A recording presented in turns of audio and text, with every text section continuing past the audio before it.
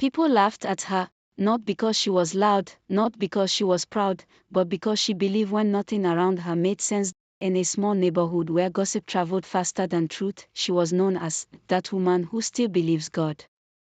And every morning, before the sun rose, she knelt beside her bed and whispered the same prayer: God, don't let my faith embarrass me. Her name was Amara. Amara was not lazy, she was not careless, she was not foolish, but life had a way of closing every door in her face. She lost her job, her savings ran dry, friends stopped calling, and the same people who once needed her now spoke about her in low voices. She's still praying. At her age, prayer doesn't pay bills. But Amara prayed anyway. Every rejection hardened the laughter around her. She applied for jobs and had nothing back. She tried small businesses. They failed. She borrowed money and paid back with shame. Still, every night, she lit a small candle and prayed, not loud prayers, not dramatic prayers, just quiet tears and stubborn faith. One evening, her landlord knocked. "You have 1 month," he said coldly, "no more stories." That night, Amara didn't cry. She sat on the floor and stared at the wall, and for the first time, a dangerous thought crossed her mind: maybe they're right.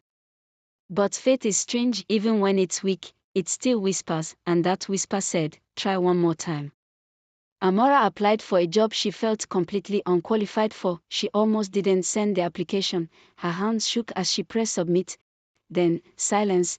Days passed, weeks passed. Nothing, until one morning, her phone rang, unknown number. She almost ignored it, but something told her to answer. "Hello, is this Amara?"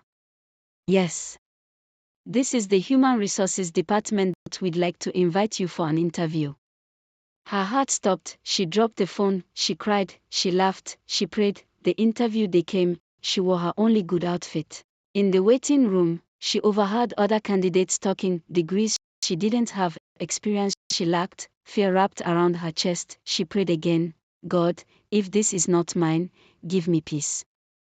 The interview was different. They didn't ask what she expected, they asked who she was. They listened, they smiled, and at the end, they said, "We'll get back to you." She waited and waited and waited. 1 week later, the call came: "You got the job." But that wasn't the miracle. The miracle was the salary. Was more than she had ever earned, enough to clear her debts, enough to move houses, enough to breathe again. The same neighbors who laughed now whispered again, but this time, differently. How did it happen? Who helped her? Who does she know? They didn't know the nights she cried, they didn't know the prayers she whispered, they didn't know the faith she almost lost. Amara didn't explain. She just smiled. Months later, at a small gathering, someone asked her, "How did you survive that season?"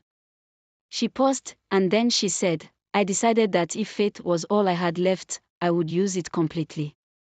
Listen carefully. Faith will not always make sense, will not always be applauded, and it will not always look wise, but sometimes, faith is the only bridge between where you are and where God is taking you. But if you're watching this and you feel mocked, if you feel forgotten, if your prayers feel unanswered, this story is your reminder: delay is not denial, silence is not rejection, and faith is never wasted.